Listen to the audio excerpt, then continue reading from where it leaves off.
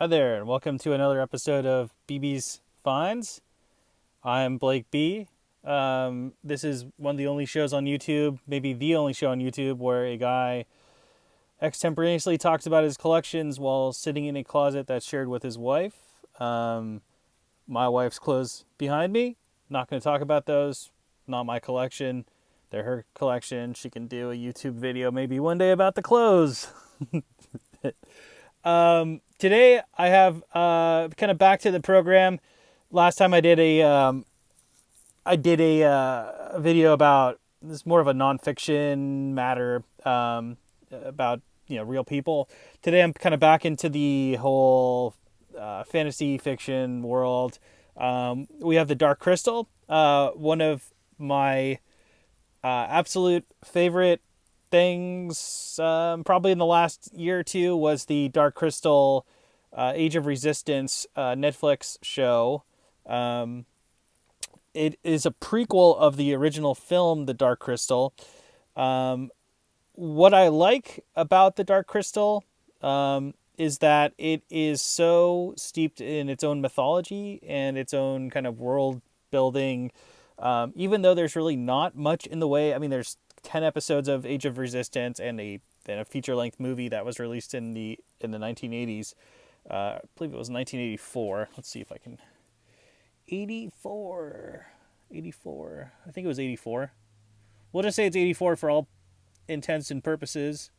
Um, there's been really there. I mean, I think it's kind of almost like harder to get younger people interested in it. I think because of the puppetry thing, and the puppetry sort of may bring people out of the story. For me, it's amazing because it's a medium that's it's different for sure, telling stories through puppetry, but it's just the practical effects and all the things like that. It's pretty amazing how something like that comes together in terms of modern filmmaking, where a lot of stuff is done computer generated, and there's teams and teams of people that are needed, and I think that at least from a storytelling perspective, like a shell of storytelling, it's it's just something that there's more love maybe there, in terms of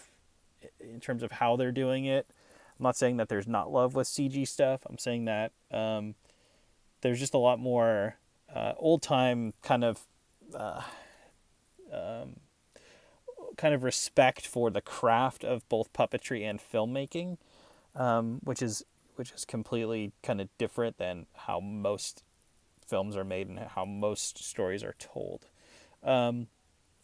There's sort of as I do on this channel, I talk about the history of things extemporaneously. I don't really do any research beforehand. Don't look things up on Wikipedia. I don't do massive amount of research like people on podcasts do before they do it. I kind of just talk off the top of my head because my head is filled with all this stuff.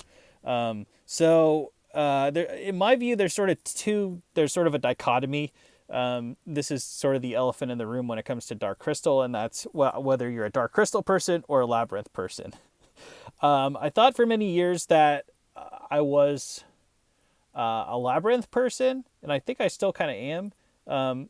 Labyrinth is very fun, a very fun film, and David Bowie's in it, and there's a lot of songs and things like that.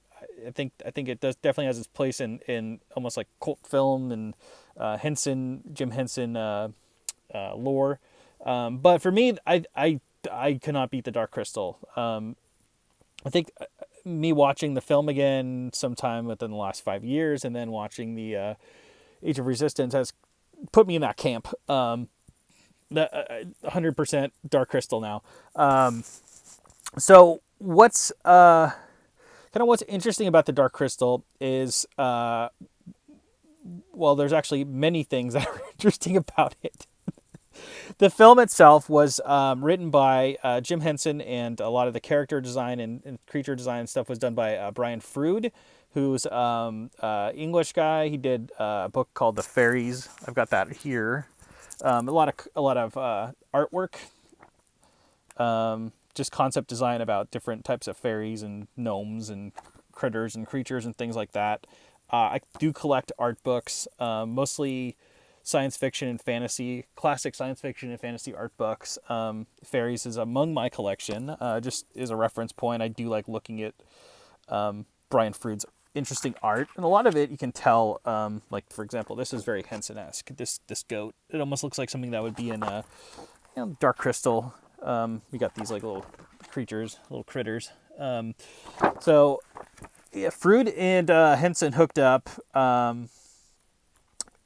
sometime. I think it was in the late '70s, maybe, and they started formulating a plan for it. Both of them were current, or at the time we're reading this book called Seth Speaks, and they have both stated that for not Seth Speaks, or if this book Seth Speaks wasn't around, we wouldn't have the Dark Crystal.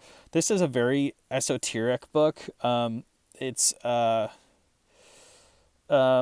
basically the person who wrote it, Jane Roberts, it's called Seth Speaks: The Eternal Validity of the Soul. Jane Roberts wrote it, but she channels an entity called Seth. It's essentially a self-help book of sorts about conscious living. Let's see. The back can probably summarize it a little better than I can. It clearly and powerfully articulates the furthest reaches of human potential and presents the concept that we are independent of our physical image and have access to intuitional knowledge and other dimensions of reality. Seth Speaks has withstood the test of time and is still considered one of the most dynamic and brilliant maps of inner reality and human potential available today. So both Henson and Frood were reading this book before they created Dark Crystal, and then when they hashed out the story of Dark Crystal, at least the mythology of the Dark Crystal, the backbone mythology of the Dark Crystal, a lot of it was really fleshed out from this. So Dark Crystal, the basic story is that there's a planet called Thra, and there's a crystal that represents, it's basically symbolic of the planet itself, and the crystal is cracked. There's essentially two species that are sort of in not really contention for the planet itself, but one is the Skeksis, which are sort of like reptilian bird-like creatures that have declared themselves essentially rulers of the planet Thra, and they live in this crystal castle. There's a very small number of them, so it's almost like you can almost think of it almost in terms of like our allegory, current day allegory with the 1% and things like that. People basically just ruling like a small number of people, like centralized power, centralized resources and things like that. They were able to hold power over the rest of the planet Thra, and the critters and the creatures of the planet. Among them, a race of characters called Gelfling, which are the humanoid characters that are. There's not many around in the original film. The Age of Resistance gets more into how they rose up against the Skeksis, the evil lizard bird-like people. So the film itself is about a young Gelfling who's given the task by this other race of very limited number of people called the why am I blanking on this? Skeksis and Uru. So they're like sort of wise, like peaceful mage type people that are very scholarly, and each of them has a separate role. By the way, Skeksis, each of them has a separate role. So there's like a scientist, an emperor, a chamberlain, a hunter, at least in the prequels. So each of them has a separate role that they basically perform for the collective.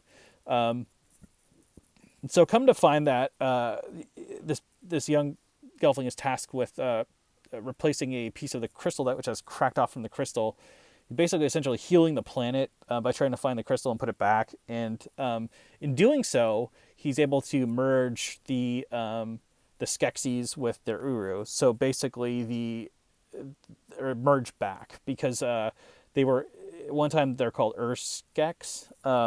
they were these kind of like godlike creatures, that were all good, all knowing, and they kind of split down the middle. So the good side went to the Uru, and the bad or more greedy and selfish side went to the Skeksis. So there's a lot of dichotomy in the story, a lot of like symmetry in terms of there's always going to be a, for example, like there's an Uru character called the Archer, and then there's a Skeksis called the Hunter, which are the same. It's the same identity. So when they merge, it's the same, or they go back into some Urskek that has both of those traits, that has like both the good and bad traits of Hunter and Archer. There's more we see more of this in Age of Resistance. There's more Skeksis and more Uru. I don't want to say too much about that because it's really not about the Age of Resistance today. So that's the main story. It's about healing the planet. There's someone called Aughra in it. Pretty iconic character. Aughra is also, like the Crystal, very representative of the planet. She's Mother Earth in a way, who's basically a lot of times she's kind of scrambling and lost and a little bit disjointed and just trying to get these Gelfling to help out. There's a lot of different nuances in it. You come to find out that there's like almost like occult stuff that the Skeksis were doing, or they were trying to drain, using the crystal. They're trying to drain the essence out of the podlings to prolong their lives. The Skeksis, by the way, can be immortal, but only in order to sustain their immortality, they have to drain the life from other creatures or other inhabitants of Thra. So that would be the Gelfling, and then they also drain the life or the essence from podlings as well, which are sort of like, if you think about like in terms of Fraggle Rock, if you're a Henson head, podlings are more like the Dozer types. They're not as like small. They're not as like in scale like as small as the Dozers, but they're definitely smaller than Gelflings, and they probably there's probably some class or race allegory there as well, or maybe probably just class, not so much race. In terms of the Skeksis, this very small group of people, like and then like the podlings are sort of like this human thing, and then the Gelfling are sort of this human thing, and then the podlings are sort of like this like they're almost like the Gelflings kind of look down on them a little bit, but then they work together. So it's kind of nice to see that there's a lot of allegory going on, a lot of mythology going on. I have this collector's edition DVD. I've had the very basic whatever you can get it like Best Buy for a time, but this is the collector's edition DVD that has what's very unique about this is that I love about this is we've got inside. There's a film Cenotype. I don't know if you can see that. It's a actual film piece. I think it's probably a reproduction. It's because this set actually isn't very expensive. It's the only one I've seen, and it's limited. It's a numbered copy. I think it's like 60,000 or so. I don't know how many they actually made, but yeah, the Cenotype is awesome. I've got a 2001 Space Odyssey Cenotype as well. It's a 1-disc set. There's a lot of bonus features on here. It's a collector's edition.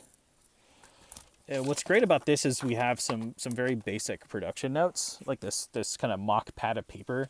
So these are all Henson's production notes and kind of coming up with the story, coming up with the names of the Skeksis and the Urus here, which is on this side, like very early stuff. We've got our plot here.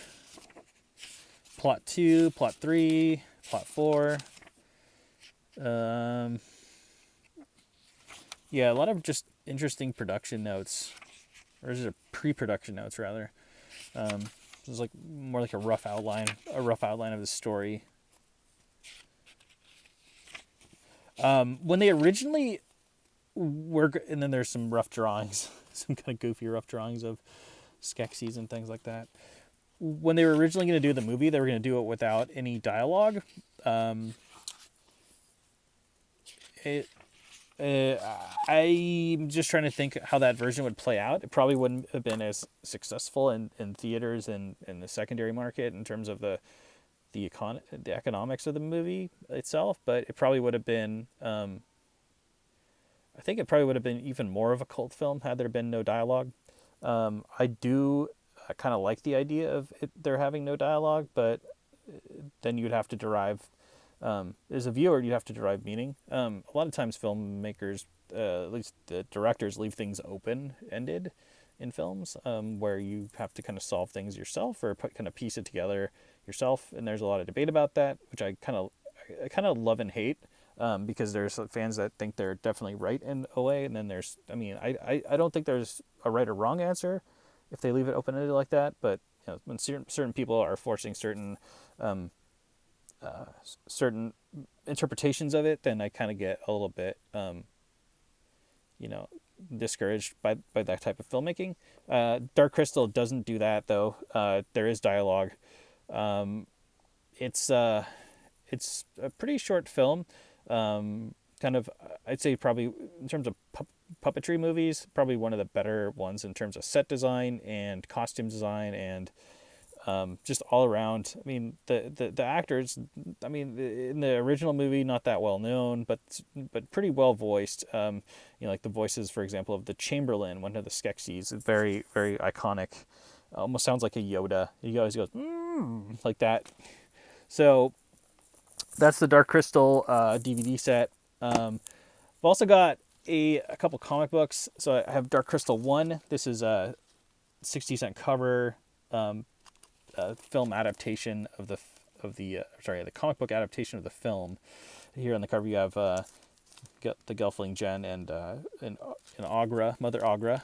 And they made it's like a limited series. I think they did three or four different books, and I don't know if you can get a trade paperback of this. I'm not really that Marvel, when they did the film adaptations for a lot of things, like kind of fell a little bit short. Star Wars, for example, I still collect those books, but I think the movies are. I would say the movies are probably a little bit better than the comic books. Still kind of a nice thing to have. I found this one, probably among. Just trying to think. Oh, I think there was a big collection that was donated, and this was one of them. It's not an exceedingly valuable book, but it's just something to have, and I like collecting Dark Crystal stuff. So that's that. Here we have kind of a newer book. You can see Mother Aughra on the cover there. There's actually no title, but if you know about Dark Crystal, you can based on the cover, you can surmise that, hey, this is a Dark Crystal book. This is actually Power of the Dark Crystal #1. This is the WonderCon version of that book. This has to do more with after the movie The Dark Crystal and what came next. It's interesting that the main Gelfling characters are sort of revered as like saints. There's sort of kind of a quasi-religious stuff going on with the Dark Crystal in general. The couple Gelfling, they become kind of like these, almost like nobility, or like holy people. So that's that. Then I went back. This is a more recent purchase. It's a hardcover collected version of the Dark Crystal Creation Myths, the complete collection. This goes back to the beginning of Thra and the creation of the Skeksis and both the Skeksis and the Uru, and then the basis of the Gelflings and how they became to work with Mother Aughra, and how the crystals cracked and became the Uru and the Skeksis. It's written by Brian Froud, so he's still around. At least he was when these books were written. I don't know. Getting up there in age. Jim Henson, of course, no longer with us. R.I.P. Hugely influential on me. I love Sesame Street. Still love it. Have kids. And the Muppets and things like that. But I think I do like his darker stuff. Henson believed that kids should be scared. I think a lot of people are maybe more protective of their children and say their kids shouldn't be scared. But just growing up, like knowing, like watching The Labyrinth, I was scared, and watching some of the other Jim Henson stuff, I was scared as well. For example, The Storyteller. This is this is a collection of film or short films that were released on television in the 1980s. Very dark. They're really not for kids. I do remember watching one or two of these. So we have Storyteller Definitive Collection. Let's see what we got here. There's sort of two things. There's Greek myths. So we've got one disc that has Daedalus and Icarus, Orpheus and Eurydice, Perseus and the Gorgon, which is the classic Clash of the Titans story. At least it's intermixed in that story. And then Theseus and the Minotaur with the labyrinth and everything. Here we have this one's just The Storyteller. This more kind of like folktale, fairy tale stuff. It's like probably from the time, I would say, like what is it, like Shelley Duvall's Theater is like the sort of the basic version of this. This is like just very weird and dark, and the puppets are, I mean, it's a Henson, but it's not. So Henson's got this other side to him too, that this is how he can express what's in his head. It's not all just rainbows and lollipops, with Sesame Street and the Muppets and things like that. So Henson also went on to influence a lot of different stuff. So this is a Henson Company release. This is a posthumous called Mirror Mask. It's a film that does incorporate both puppetry and CG animation. Kind of a mixing of the two, sort of where things are going. I think maybe. Although the Dark Crystal Age of Resistance was mostly just puppets, puppetry and practical effects, no CG. This is a fun film. It's sort of like an Alice in Wonderland style story. Check it out if you want. And then we got this is a fun thing. So I picked up a Chamberlain figure. They don't make many Dark Crystal toys, but if you see something like this, I'm really not for these pop figures. Like I really don't care much about them. They make them for all kinds of different stuff. Anything that basically is any like fandom, anything that has any fans, they'll make a pop character of. But the Chamberlain, I could not pass up buying the Chamberlain, just because he's the Chamberlain. He's like the Skeksis, who's sort of the most conniving of them all. Really will go to any length to get what he wants. But he's smart about it. He kind of lays down a bunch of tracks before he gets there, in terms of trying to manipulate. Sort of like a master manipulator type. And again, he sounds like Yoda, so what's not to love? He sounds a little bit like Yoda, with his way of talking and things like that.